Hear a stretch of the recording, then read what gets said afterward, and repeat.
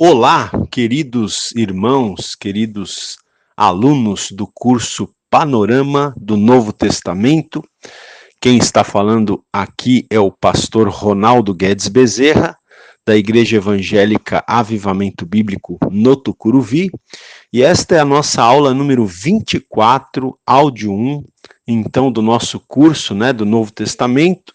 Nós estamos estudando o livro de Atos dos Apóstolos e hoje nós vamos começar a falar aqui sobre as viagens missionárias do apóstolo Paulo, que estão narradas então aqui no livro de Atos dos Apóstolos.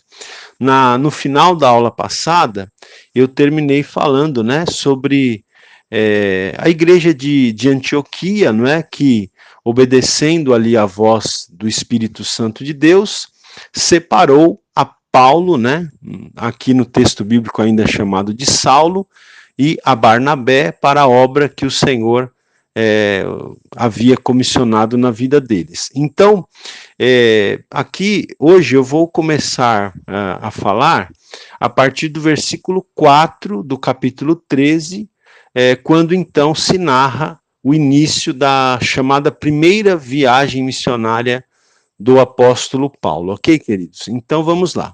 É interessante você perceber que daqui até o final do livro de Atos nós vamos ter 3 viagens missionárias do apóstolo Paulo, E depois, no final, vamos ter uma 4ª viagem, que não é propriamente dito uma viagem missionária, mas é uma viagem do apóstolo Paulo a Roma, quando então ele está preso e está sendo levado para Roma para ser então julgado lá pelo imperador. Mas vamos começar então aqui pela primeira viagem missionária do apóstolo Paulo. Então, Atos capítulo 13, versículo 4, diz assim: enviados, pois, pelo Espírito Santo, desceram a Seleucia e dali navegaram para Chipre, Então veja que o texto destaca aqui que eles foram enviados pelo Espírito Santo de Deus, Ou seja, era o Espírito Santo de Deus que estava aqui no comando das ações, E o texto diz então que da cidade de Antioquia, eles então desceram para uma localidade chamada Seleucia, que era uma região portuária, Então, desse lugar, dessa região portuária, eles navegaram para a ilha de Chipre, ok? Ali no mar Mediterrâneo. Então, gente, nessa parte aqui que a gente vai falar das viagens missionárias, seria muito interessante se ou você pudesse ir ouvindo as aulas olhando para um mapa, ou depois que você ouvir as aulas, você tirasse um tempinho para pegar aí uma Bíblia de estudo, ou entrar na internet, em algum site, e colocar lá viagens missionárias do apóstolo Paulo, mapas, imagens, que você vai ter vários mapas desses na internet. Nas Bíblias de estudo também você vai encontrar esses mapas que trazem o itinerário das viagens missionárias do apóstolo Paulo. Então, eles vão inicialmente para a ilha de Chipre, que está ali no mar Mediterrâneo, Então, Barnabé e Saulo. Eles chegam primeiramente numa localidade, numa cidade chamada Salamina, que fica, ou ficava, melhor dizendo, na região oriental da ilha de Chipre, O texto bíblico aqui diz que, versículo 5, então, chegados a Salamina, anunciavam a palavra de Deus nas sinagogas judaicas. Tinham também João como auxiliar. Então veja, nessa cidade de Salamina, eles já pregaram a palavra de Deus nas sinagogas, gente? Você sabe, você se lembra, eu acho que eu já devo ter falado, a sinagoga era um local onde os judeus se reuniam, para orar a Deus, para estudar a lei de Moisés, para estudar o Velho Testamento.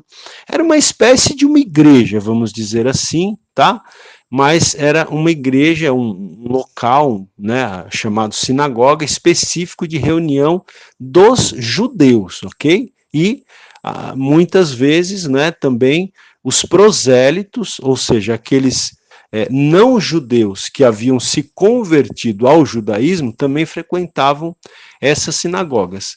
E a gente vai perceber que o apóstolo Paulo, embora ele, né, o texto bíblico diga isso, e ele também se considerava apóstolo dos gentios, ou seja, dos não-judeus, ainda assim, todas as vezes que ele chega numa cidade, ele, na maioria das vezes, ele procura uma sinagoga para começar a pregar na sinagoga, para começar a pregar para os judeus, né? Para verificar, então, se ele consegue ali, com a ajuda do Espírito Santo, levar alguns judeus para Cristo. E aí, ato contínuo, geralmente ele ia pregar para os não-judeus, mas sempre ele começa, né, nos lugares por onde ele passa, assim, é uma prática que acontece de maneira geral, né, praticamente em todas as cidades que Paulo chega, ele procura primeiro uma sinagoga para ter um ponto de partida ali de pregação, né, e depois, então, de pregar na sinagoga, ele prega para os gentios, né, ou seja, os não-judeus. Então, o texto diz aqui que na cidade de Salamina, eles já anunciavam a palavra de Deus nas sinagogas judaicas. E o texto também já esclarece para a gente aqui que Barnabé e Saulo, eles tinham também João como auxiliar. Esse João aqui é o João Marcos. O João Marcos, que escreveu o Evangelho de Marcos, o João Marcos, que era filho da irmã Maria, lá que morava em Jerusalém, na casa da qual Pedro foi logo depois de ter sido liberto miraculosamente da prisão, né? Então, eles estavam em três, era Barnabé, Saulo, né, e João Marcos. Bom, aí o versículo 6 vai dizer para a gente o seguinte: havendo atravessado toda a ilha até Pafos, então veja que eles atravessaram toda a ilha de Chipre até o lado ocidental da ilha e eles chegaram numa cidade chamada Pafos. E ali, gente, eles, diz o texto aqui, encontraram certo judeu mágico, falso profeta, de nome Bar Jesus. Então, nessa cidade de Pafos havia um falso profeta que era judeu e mágico, e o nome dele era Bar Jesus. E esse judeu mágico diz aqui que ele estava com o procônsul Sérgio Paulo, que era homem inteligente. Então, Sérgio Paulo era o procônsul, ou seja, era o representante romano ali na ilha de Chipre, não é? E esse Sérgio Paulo, esse procônsul, diz aqui, tendo chamado Barnabé e Saulo, diligenciava para ouvir a palavra de Deus. Então, esse procônsul, Sérgio Paulo, ele estava interessado em ouvir a palavra de Deus. Mas, o texto diz, mas opunha-se-lhes Elimas, o mágico, procurando afastar da fé o procônsul. Então, esse mágico, ele tanto é chamado de Bar Jesus, como também chamado de Elimas, né? Então, esse mágico, ele se opunha a que o procônsul ouvisse a palavra de Deus e ele procurava afastar da fé esse procônsul, né? Talvez sabendo que se o procônsul se convertesse ali à mensagem que Barnabé e Saulo estavam pregando, muito provavelmente esse mágico perderia ali a influência sobre esse procônsul, que era um homem importante, né? Era um homem influente, era uma autoridade. Então esse mágico não queria perder a influência que tinha sobre esse procônsul, né? Talvez até alguma vantagem financeira que ele levasse. No entanto, o texto bíblico diz aqui, olha, versículo 9 do capítulo 13.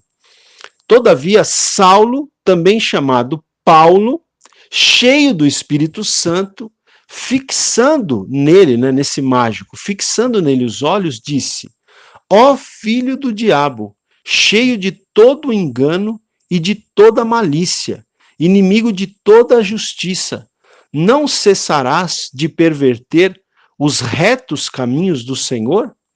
Pois agora eis aí está sobre ti a mão do Senhor, e ficarás cego, não vendo o sol por algum tempo. E olha, gente, o texto bíblico diz, no mesmo instante, caiu sobre ele, né, sobre aquele mágico, caiu sobre ele névoa e escuridade, e andando à roda procurava quem o guiasse pela mão.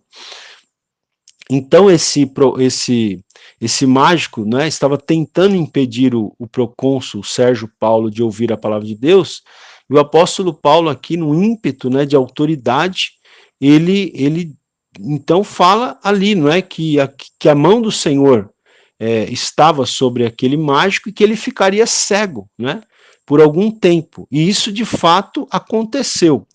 E o verso 12 diz aqui, então o procônsul, vendo o que sucedera, creu, maravilhado com a doutrina do Senhor. Então aqui esse procônsul Sérgio Paulo terminou crendo, né, no evangelho que Barnabé e Saulo estavam pregando aqui. Mas eu quero destacar também que o versículo 9 aqui do capítulo 13, ele diz assim, olha, todavia Saulo, também chamado Paulo, cheio do Espírito Santo, né, disse, aí vem as palavras que Paulo disse para aquele mágico, mas eu quero destacar que o texto bíblico aqui diz Saulo, também chamado Paulo, né, por quê? Até este momento aqui no livro de Atos, o Saulo, ele é chamado assim, ele é chamado de Saulo, né? A partir desse momento, ele passa a ser chamado de Paulo. A partir desse momento, Lucas passa a chamar Saulo de Paulo, né?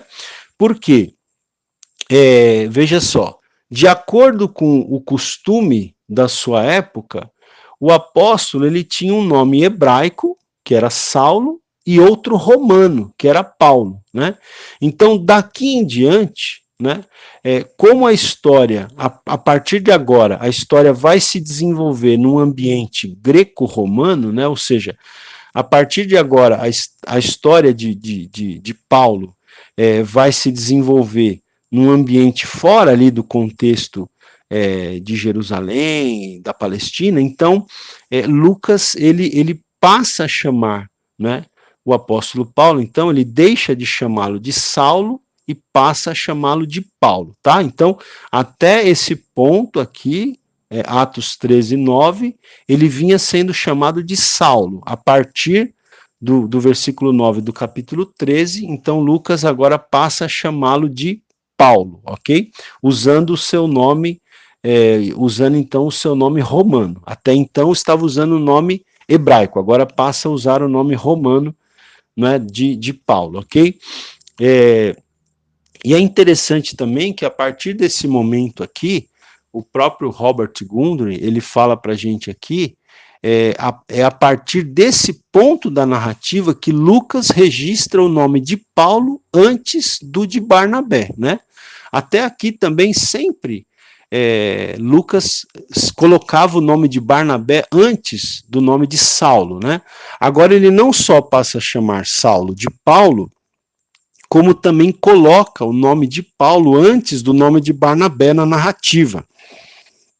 Até o Robert Gundry diz aqui para gente que a única exceção a isso ocorre no contexto que envolve Jerusalém, em Atos 15, 12, a gente vai chegar lá, onde Lucas retrocede à ordem anterior e coloca Barnabé e Paulo, né? Porque na mente dos cristãos de Jerusalém, Barnabé continuava sendo o cristão de mais experiência e pai espiritual de Paulo. Mas fora esse contexto aí, que envolve Jerusalém, então todas as vezes Lucas vai colocar o nome de Paulo antes do nome de Barnabé, né? Então é isso, grave isso aqui.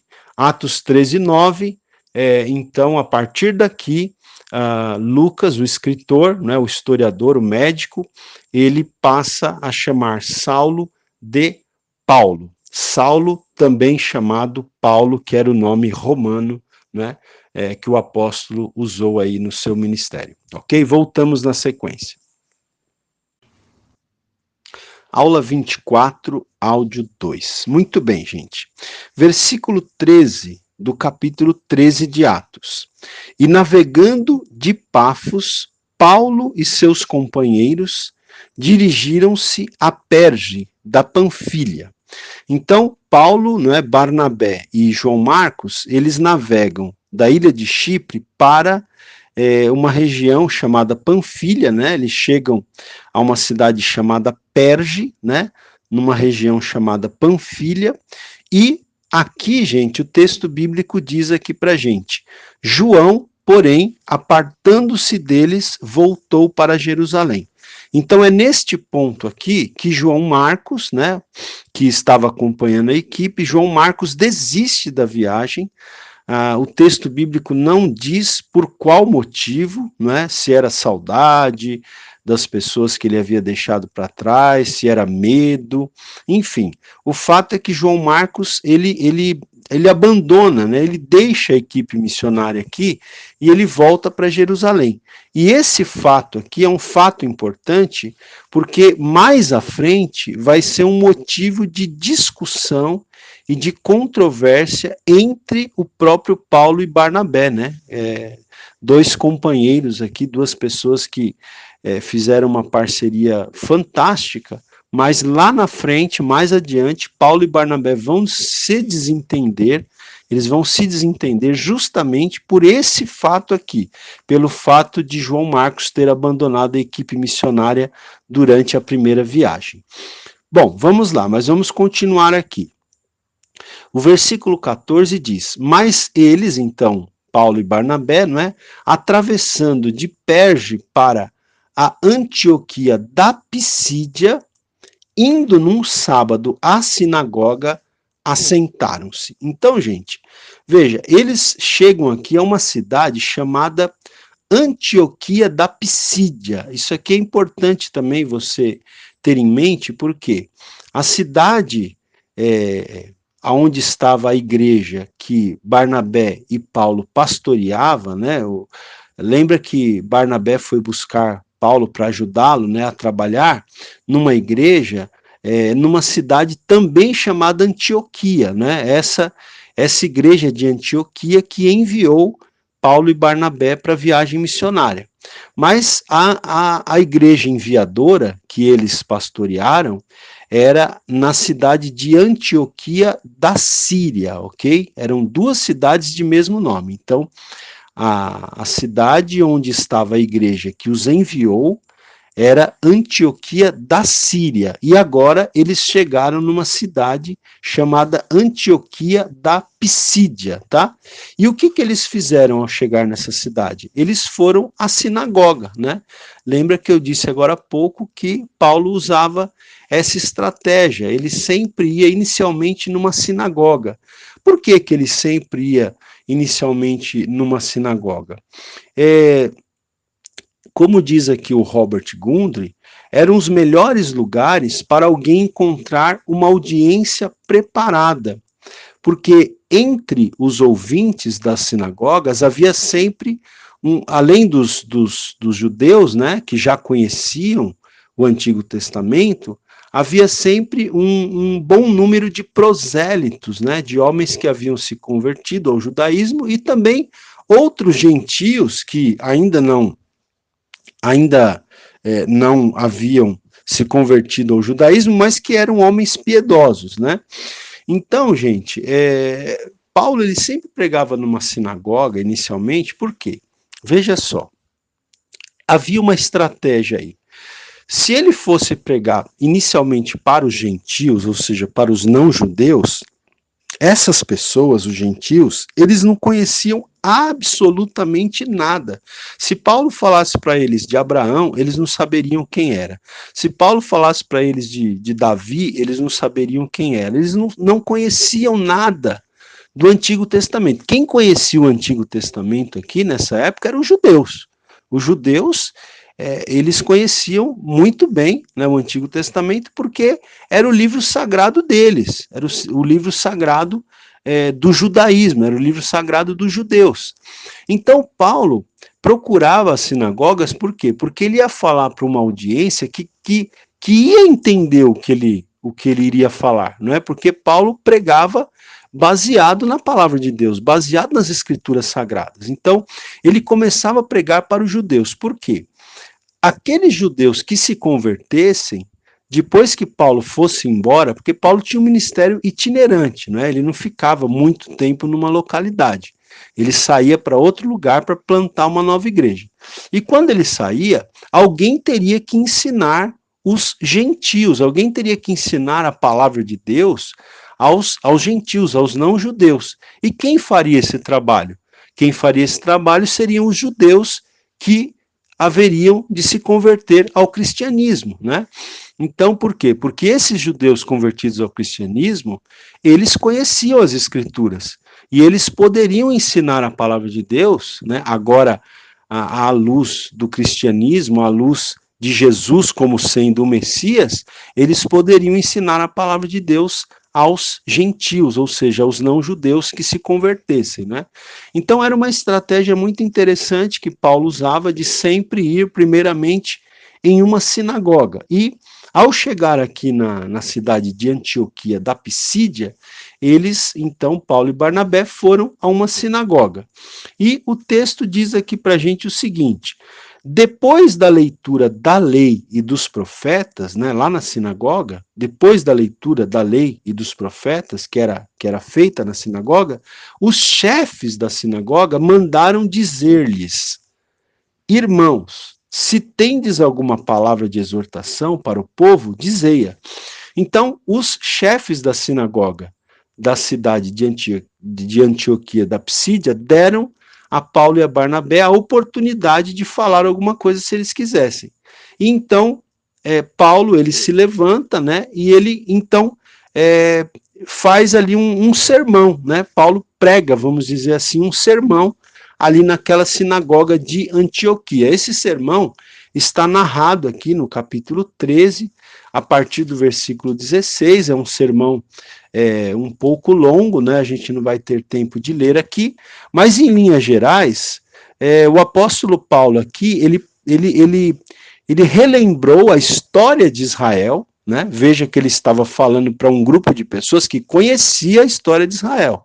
É aquilo que eu falei, se ele começa a pregar para não-judeus, eles não vão entender nada a princípio. Mas aqui não, ele começa a revisitar, a relembrar, a resumir a história de Israel com o intuito de proclamar as boas novas de que a história e a profecia do Antigo Testamento tinham achado cumprimento em Jesus Cristo, né?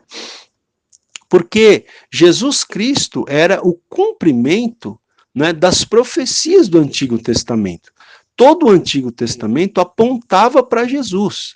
Então, Paulo começa, ali na sinagoga de Antioquia da Pisídia, a mostrar para aqueles ouvintes que Jesus, né, tinha vindo, que o Messias tinha vindo, que o Messias era Jesus, que ele cumpria as profecias do Antigo Testamento, né, e que, portanto, eles deveriam crer em Jesus como Messias. Mas veja, se Paulo vai fazer isso com um gentil, com um não-judeu, ele não teria nenhuma base para entender isso. Por isso que Paulo ia primeiro numa sinagoga, né? E por isso que ele começava primeiro a evangelizar os judeus, embora ele mesmo, Paulo, tivesse consciência de que ele era apóstolo enviado aos gentios, né?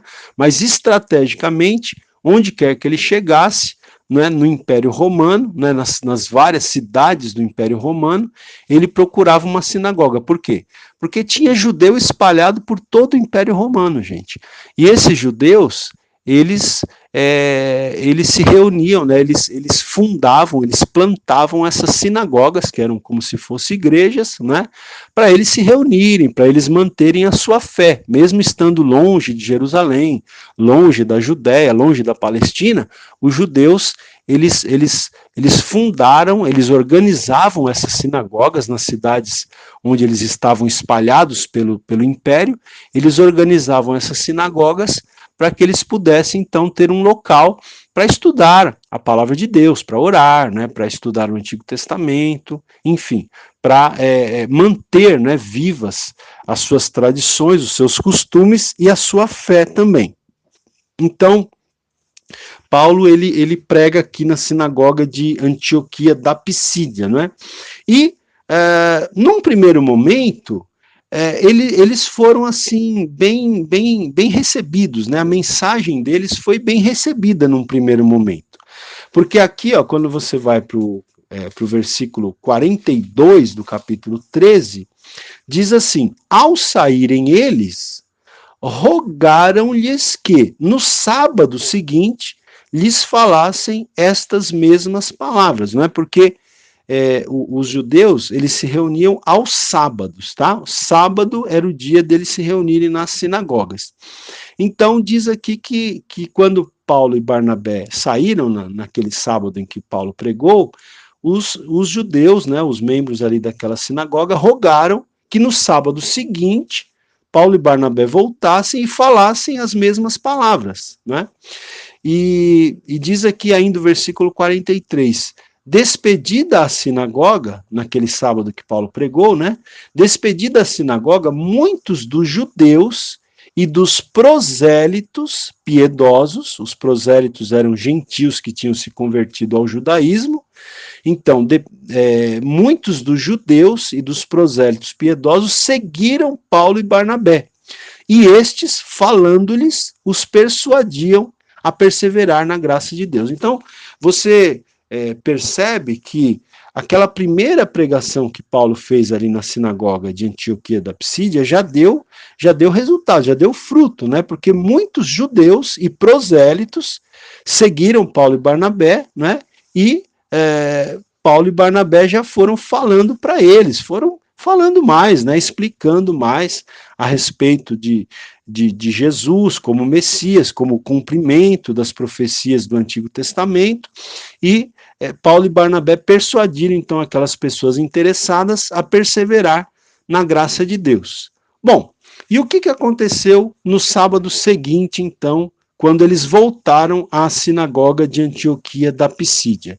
Veja, versículo 44 diz assim para a gente: no sábado seguinte, afluiu quase toda a cidade para ouvir a palavra de Deus. Então, aquela semana, né, que se seguiu a primeira pregação de Paulo naquela sinagoga no sábado, né, a semana que se seguiu, foi uma semana que agitou ali a cidade de alguma maneira, porque no sábado seguinte, né, ou seja, uma semana depois de ter feito o primeiro sermão na sinagoga de Antioquia da Pisídia, então, no sábado seguinte, uma semana depois, o texto diz que quase toda a cidade afluiu ali para ouvir a palavra de Deus. E aí, o que aconteceu, né? Aconteceu um probleminha chamado inveja, chamado ciúme, porque o texto diz aqui: mas os judeus, vendo as multidões, tomaram-se de inveja e, blasfemando, contradiziam o que Paulo falava. Então, os judeus, aqueles que ainda não tinham, não é? Porque teve um grupo de judeus que já estavam seguindo a Paulo e Barnabé, já estavam abraçando a mensagem do evangelho. Mas o grupo de judeus que ainda não tinha abraçado a mensagem do evangelho, eles começaram a ficar com ciúmes, com inveja, porque eles perceberam que Paulo e Barnabé, em uma semana, né, arrastaram quase toda a cidade para ouvir a palavra de Deus, e quando aqueles judeus, então, que ainda não haviam se aberto para a mensagem, quando eles viram aquelas multidões, eles ficaram com inveja, e eles começaram a blasfemar, e eles começaram a contradizer, né, a dar o contra em tudo aquilo que Paulo falava, né? Aí o texto aqui no versículo 46 diz assim: então Paulo e Barnabé, falando ousadamente, disseram: cumpria que a vós outros, em primeiro lugar, fosse pregada a palavra de Deus, mas posto que a rejeitais, e a vós mesmos vos julgais indignos da vida eterna, eis aí que nos volvemos para os gentios, né? Então Paulo e Barnabé falaram: olha, nós tínhamos que pregar primeiramente para vocês, mas como vocês estão rejeitando a palavra, nós vamos então pregar para os gentios, nós vamos pregar para os não judeus. E foi isso então que eles fizeram. Aula 24, áudio 3. Muito bem. Então, queridos, Paulo e Barnabé, eles começaram, então, eles deixaram de frequentar a sinagoga ali de Antioquia da Pisídia e eles começaram a pregar a palavra de Deus para os judeus que haviam se interessado, para os prosélitos e para os gentios, né, que começaram a se interessar, então, pela mensagem do Evangelho. E a palavra de Deus, aqui no capítulo 13, versículo 49, diz assim: e divulgava-se a palavra do Senhor por toda aquela região. Então a palavra do Senhor começou a ser divulgada por toda aquela região ali de Antioquia da Pisídia. No entanto, o versículo 50 diz o seguinte: mas os judeus instigaram as mulheres piedosas de alta posição e os principais da cidade e levantaram perseguição contra Paulo e Barnabé, expulsando-os do seu território. Então, aqueles judeus que tinham ficado com inveja, que não haviam aceitado a mensagem do evangelho, eles instigaram, insuflaram ali, não é? Algumas mulheres de alta posição e as principais autores da cidade, e levantaram uma perseguição contra Paulo e Barnabé e conseguiram expulsar Paulo e Barnabé ali da sua região, do seu território. Então, gente, veja só que interessante, o Robert Gundry, ele diz aqui o seguinte no livro dele, ele diz assim: também se tornou habitual o seguinte, é uma espécie de um ciclo, né? O que se tornou habitual em relação ao ministério do apóstolo Paulo nas suas viagens missionárias? Se tornou habitual o seguinte: pregação nas sinagogas, sucesso entre os prosélitos e homens piedosos, hostilidade por parte dos judeus, retirada da sinagoga, posterior ministério bem-sucedido entre os gentios, perseguição e fuga. Então, geralmente foi o que aconteceu. Eles chegavam numa cidade, pregavam numa sinagoga. Eles tinham sucesso, geralmente, entre alguns judeus que se abriam para o evangelho e alguns prosélitos, né, alguns gentios que tinham se convertido ao judaísmo e que agora se abriam ao evangelho. Aí, quando eles conseguiam sucesso entre esses prosélitos e alguns judeus, aí os judeus que não aceitavam começavam a disparar hostilidades contra Paulo e os seus companheiros de viagem. Aí eles tinham que se retirar da sinagoga. Aí, na sequência, eles começavam um ministério, portanto, entre os não-judeus, entre os gentios, e um ministério bem-sucedido.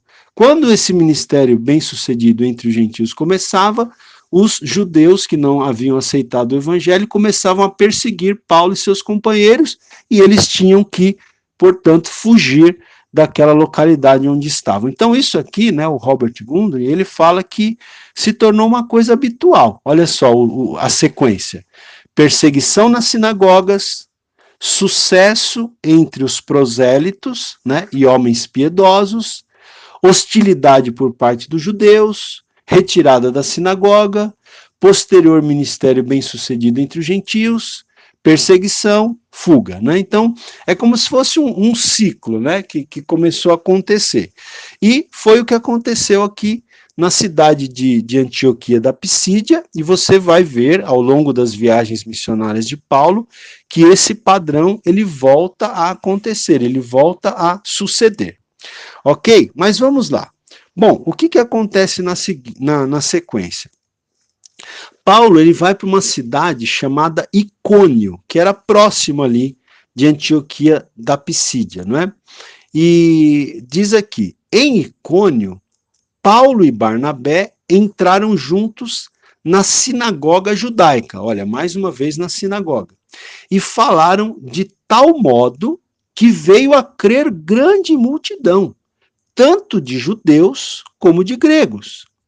Mas os judeus incrédulos, sempre eles, né, os que não acreditavam, incitaram e irritaram os ânimos dos gentios contra os irmãos.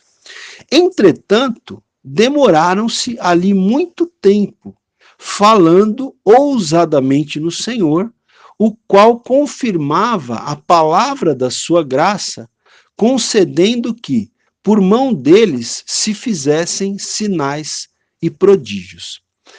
Versículo 5. E como surgisse um tumulto dos gentios e judeus associados com as suas autoridades para os ultrajar e apedrejar, sabendo eles, fugiram para Listra. Bom, então foi isso, né? Em Icônio eles chegaram, pregaram, muita gente creu e eles tiveram perseguição por parte dos judeus que não creram, que incitavam outros também, que incitavam até mesmo gentios, né?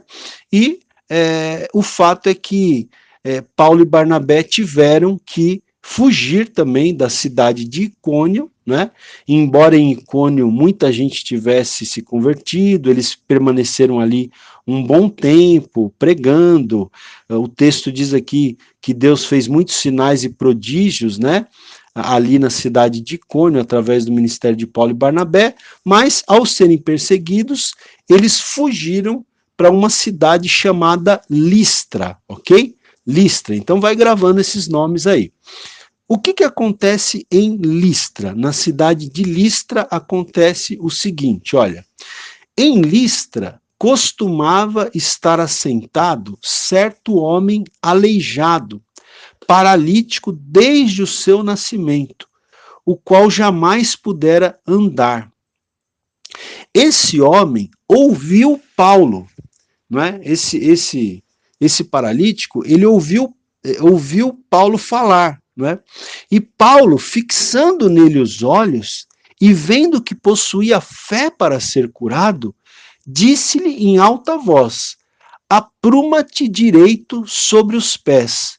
E ele saltou e andava. Então veja que na cidade de Listra houve aqui um milagre sobrenatural, que foi a cura de um coxo, né? Que foi curado então nessa cidade chamada Listra. É muito interessante que o texto bíblico diz, né, aqui, que esse homem, que era coxo, ele ouviu falar Paulo, que, fixando nele os olhos e vendo que possuía fé para ser curado, disse-lhe em alta voz: apruma-te direito sobre os pés. Então, eu acho interessante aqui quando o texto diz que Paulo olhou para aquele homem e percebeu, né, viu que ele possuía fé para ser curado. Então veja a importância da fé aqui, né? Paulo percebeu que aquele homem tinha fé para ser curado. Ou seja, aquele homem ele foi ouvindo a palavra de Deus e a palavra de Deus foi produzindo, foi gerando fé no coração dele. E Paulo percebeu isso, percebeu que né, olhou para os olhos daquele homem e percebeu que ele tinha fé para ser curado, e aí falou aquela palavra, né, de autoridade, dizendo: apruma-te direito sobre os pés. E o homem creu e obedeceu e ele foi curado. O texto bíblico diz que ele saltou e andava, não é? Muito bem. Veja só o que acontece na sequência. O texto bíblico diz que quando as multidões viram o que Paulo fizera, eles gritaram: os deuses em forma de homens baixaram até nós. Então, as pessoas ali daquela cidade de Listra, quando viram esse milagre extraordinário, aquele coxo ser curado, eles acharam que Paulo e Barnabé eram deuses em forma de homens, né? E o texto diz que a Barnabé chamavam Júpiter e a Paulo chamavam de Mercúrio. E o sacerdote que havia naquela cidade, daquela divindade de Júpiter, queria sacrificar juntamente com as multidões, porque eles achavam que Paulo e Barnabé eram deuses, né, em forma de homem, que tinham descido ali para estar entre eles, né? No entanto, o texto bíblico diz o seguinte: porém, ouvindo isto, os apóstolos Barnabé e Paulo, rasgando as suas vestes, saltaram para o meio da multidão, clamando: senhores, por que fazeis isto? Nós também somos homens como vós, sujeitos aos mesmos sentimentos, e vos anunciamos o evangelho para que, destas coisas vãs vos convertais ao Deus vivo, né? Então, Paulo e Barnabé aqui, quando eles perceberam que o pessoal estava achando que eles eram deuses na forma de homens e que queriam até sacrificar a eles, então o Barnabé e Paulo, eles rasgaram as suas próprias vestes, né? E eles começaram a clamar e a falar com aquelas pessoas: o que vocês estão fazendo? Né? Nós somos homens como vocês, nós estamos sujeitos aos mesmos sentimentos, às mesmas limitações que vocês. O que nós estamos fazendo aqui é anunciando o evangelho, para que vocês se convertam dessas coisas vãs para o Deus vivo, né? E aí então o texto diz aqui: dizendo isto, foi ainda com dificuldade que impediram as multidões de lhes oferecerem sacrifícios, né? Então, eles conseguiram ali impedir aquelas multidões de lhes oferecerem sacrifícios como se eles fossem deuses. No entanto, gente, olha só que interessante, né? Que extremos aqui nós temos, né? Porque em um momento o povo estava querendo sacrificar a Paulo e a Barnabé como se eles fossem deuses. Agora, no versículo 19, aqui do capítulo 14, diz o seguinte: sobrevieram, porém, judeus de Antioquia e Icônio. Então, lembra-se que Paulo já tinha sido expulso de Antioquia, teve que fugir de Icônio, e ele estava em Listra agora. Então, judeus de Antioquia e Icônio vieram até Listra, né? E instigando as multidões e apedrejando a Paulo, arrastaram-no para fora da cidade, dando-o por morto. Então, aqui, meus queridos, o apóstolo Paulo foi apedrejado, né? Foi exatamente isso que aconteceu aqui. O apóstolo Paulo foi apedrejado, né? E ele ficou em tal estado que as próprias pessoas que o apedrejaram imaginaram que ele estava morto e arrastaram-no para fora da cidade e largaram o corpo de Paulo lá, né? Então veja aqui, né? Lembra-se, né, que Jesus disse, ou o Senhor disse para Ananias, né, que Paulo veria, né, o quanto importa sofrer pelo nome do Senhor Jesus, né? Então Paulo aqui estava sofrendo pela causa de Cristo. Ele sofreu, na verdade, um apedrejamento. Imagina, gente, um apedrejamento não é uma coisa fácil, hein? E Paulo sofreu um apedrejamento, foi dado como morto, né, pelos próprios inimigos, pelos próprios adversários dele aqui. No entanto, o texto bíblico diz para a gente o seguinte: rodeando-o, porém, os discípulos, levantou-se e entrou na cidade. No dia seguinte, partiu com Barnabé para Derbe, né? Então, Paulo não morreu, não era o momento dele ainda, ele conseguiu se recuperar daquele apedrejamento, e no dia seguinte, ele saiu da cidade de Listra e foi então para uma outra localidade, para uma outra cidade chamada Derbe, ok? Cidade de Derbe. Muito bem, vamos seguir aqui. Aí o texto diz para nós aqui, no versículo 21, o seguinte: e tendo anunciado o evangelho naquela cidade, né, na cidade de Derbe, e feito muitos discípulos, voltaram para Listra e Icônio e Antioquia. Então, eles foram para Derbe, pregaram a palavra, fizeram muitos discípulos, e aí eles foram voltando para as cidades pelas quais eles tinham passado e das quais tinham sido expulsos ou tiveram que fugir. Eles voltaram para essas cidades, não é? Mas desta vez não para pregar assim o evangelho de maneira pública, vamos dizer, mas eles voltaram, como diz aqui o versículo 22, fortalecendo a alma dos discípulos, exortando-os a permanecer firmes na fé e mostrando que, através de muitas tribulações, nos importa entrar no reino de Deus, né? Então, o objetivo de Paulo e Barnabé, ao voltarem para essas cidades pelas quais eles já tinham passado, era fortalecer a alma dos discípulos. Aula 24, áudio 4. Então veja, gente, nessa primeira viagem missionária de Paulo, depois de ter saído ali da ilha de Chipre, né, eles pregaram o evangelho em Antioquia da Psídia, em Icônio e em Listra, né, e depois em Derbe. Aí depois que eles pregaram em Derbe, eles voltaram para as cidades de Listra, Icônio e Antioquia. Eles foram fazendo o caminho de volta, né? E nesse caminho de volta eles foram fortalecendo a alma dos discípulos, daqueles que haviam se convertido, exortando que eles permanecessem firmes na fé. E o versículo 23 diz aqui também que eles foram promovendo, né, em cada uma dessas cidades, em cada igreja, eles promoveram a eleição de presbíteros, né?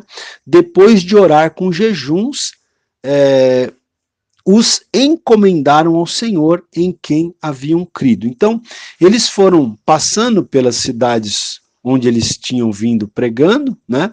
Então, na volta, eles foram passando pelas mesmas cidades, organizando as igrejas, elegendo ali líderes, presbíteros, para que eles pudessem cuidar ali da obra, né? Porque Paulo e Barnabé agora estavam fazendo uma viagem de volta para Antioquia da Síria, a cidade onde estava a igreja que os havia enviado. Então, o texto diz aqui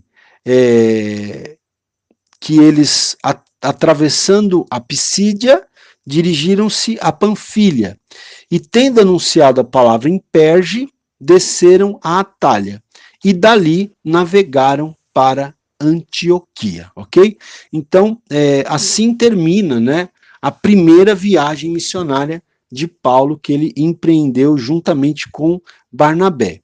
E o texto no versículo 27 diz: ali chegados, reunida a igreja, relataram quantas coisas Deus fizera com eles e como abrira aos gentios a porta da fé. Então, Paulo e Barnabé, ao chegarem na igreja de Antioquia, eles trouxeram o relatório missionário, né, da viagem missionária deles, que é o que todos os missionários devem fazer quando, né, empreendem uma viagem missionária.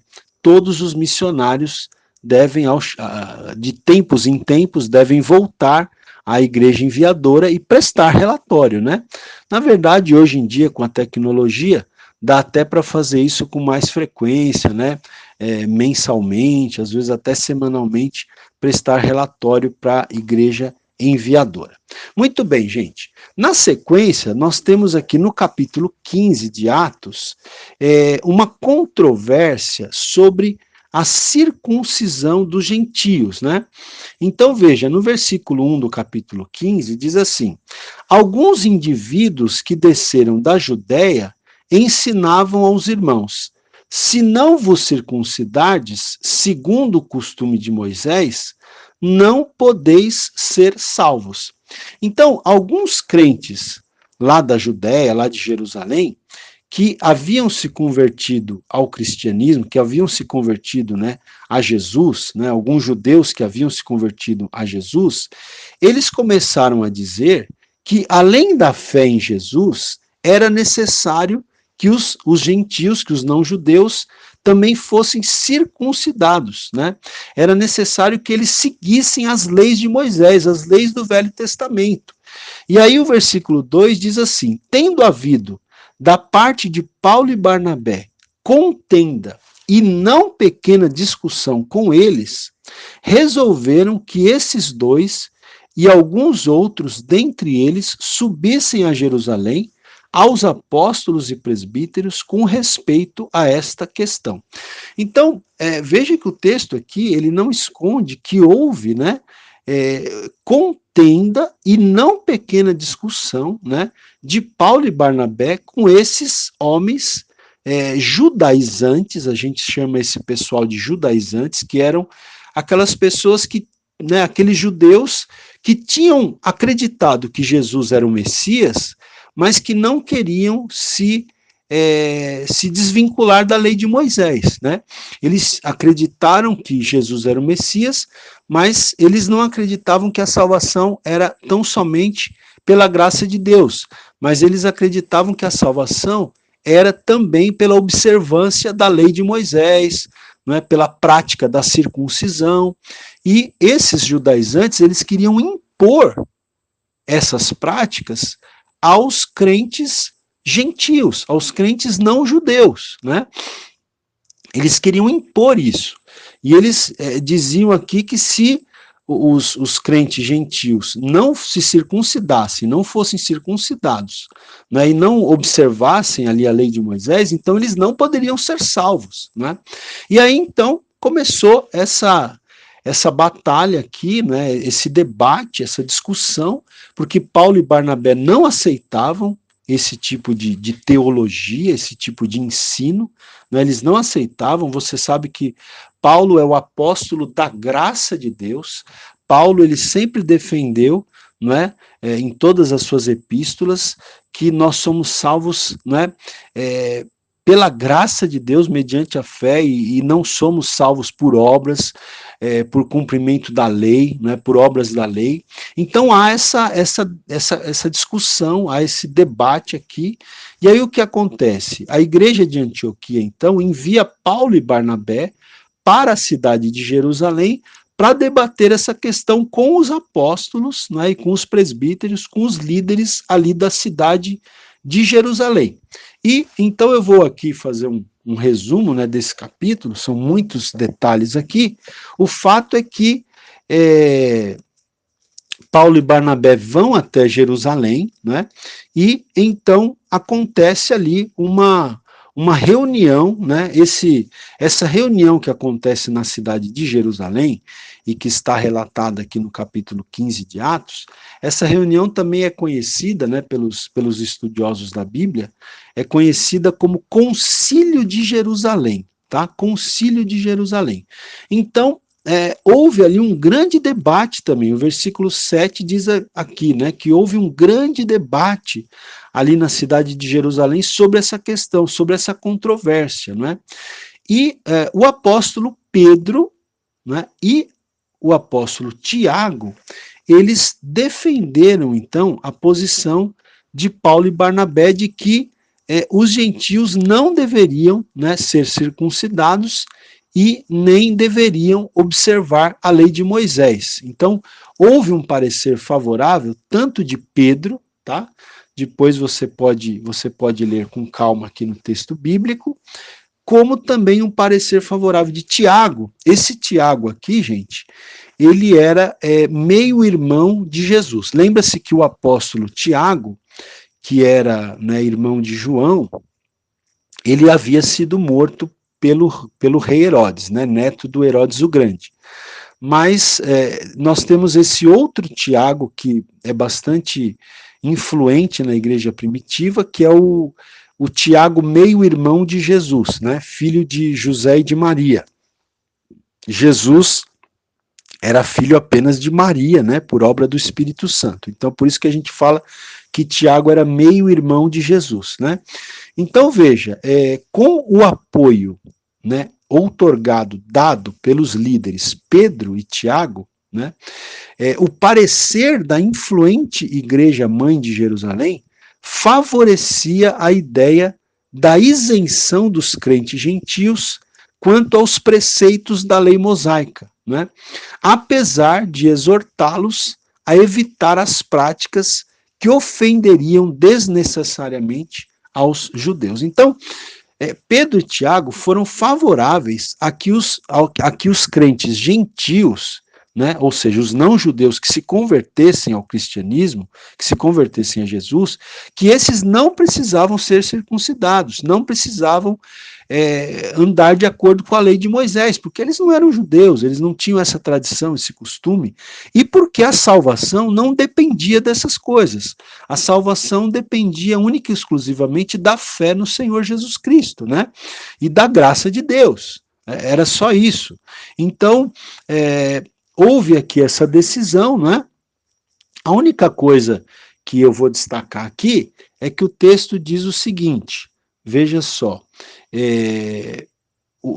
a palavra aqui, vou ler aqui a palavra de Pedro, aqui no versículo 10 do capítulo 15, ele diz: Agora, pois, por que tentais a Deus, pondo sobre a cerviz dos discípulos um jugo que nem nossos pais puderam suportar, nem nós?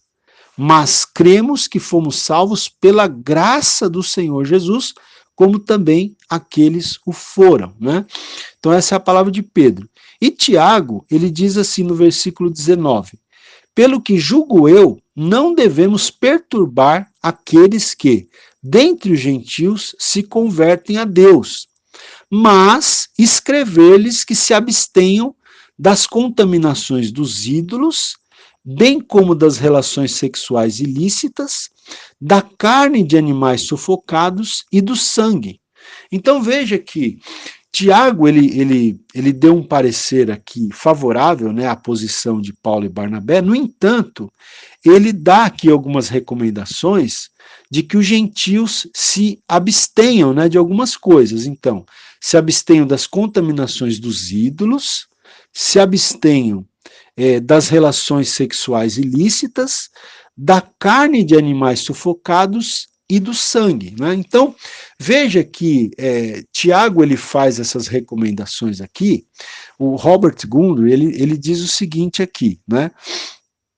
Que Tiago exorta aqui os crentes gentios, né, ou aos crentes não judeus, a evitar essas práticas, porque essas práticas elas eram ofensivas aos judeus. Então, em nome, né, do amor aqui cristão, os gentios, ou seja, os não-judeus, deveriam evitar essas práticas para não ofenderem para não ofenderem desnecessariamente aos judeus, né? Então, há esta recomendação aqui, tá?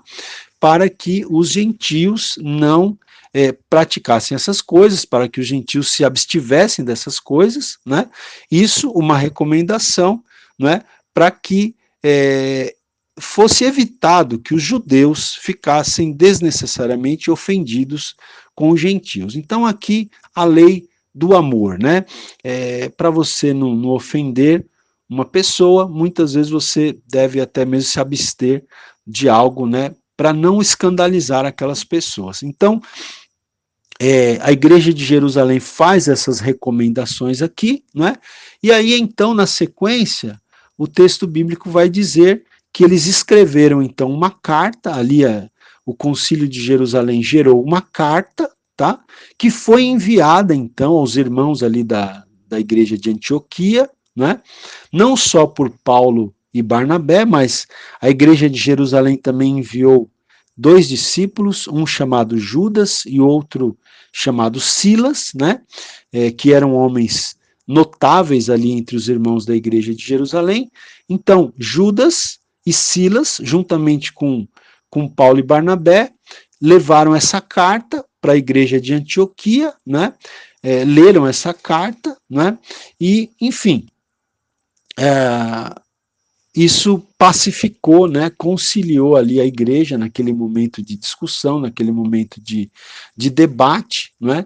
E o texto até diz aqui, né, que no versículo 31, versículo 30, eu vou ler aqui, do capítulo 15, os que foram enviados desceram logo para Antioquia e, tendo reunido a comunidade, entregaram a epístola, a carta. Quando a leram, sobremaneira se alegraram pelo conforto recebido. Ok, queridos? Nós estamos terminando aqui essa aula. Eu quero incentivar muito você a ouvir novamente essa aula, porque eu sei que foram muitas informações, não é? Eu estou correndo um pouco, senão a gente não vai conseguir dar conta de fazer o panorama do Novo Testamento dentro das 64 aulas que a gente planejou. Mas eu quero te incentivar a ouvir novamente e, se possível, ler o texto bíblico, porque aí você vai, então, clareando melhor, né, as ideias. Mas o que aconteceu aqui em Atos 15 foi extremamente importante, foi um divisor de águas, porque se essa decisão não fosse tomada, o cristianismo poderia terminar se tornando apenas um braço do judaísmo, né? Mas aqui um importante limite é estabelecido. Judaísmo é uma coisa, cristianismo é outra coisa, né? O cristianismo não depende do cumprimento da lei, não depende da observância da lei de Moisés, apenas da fé em Cristo Jesus.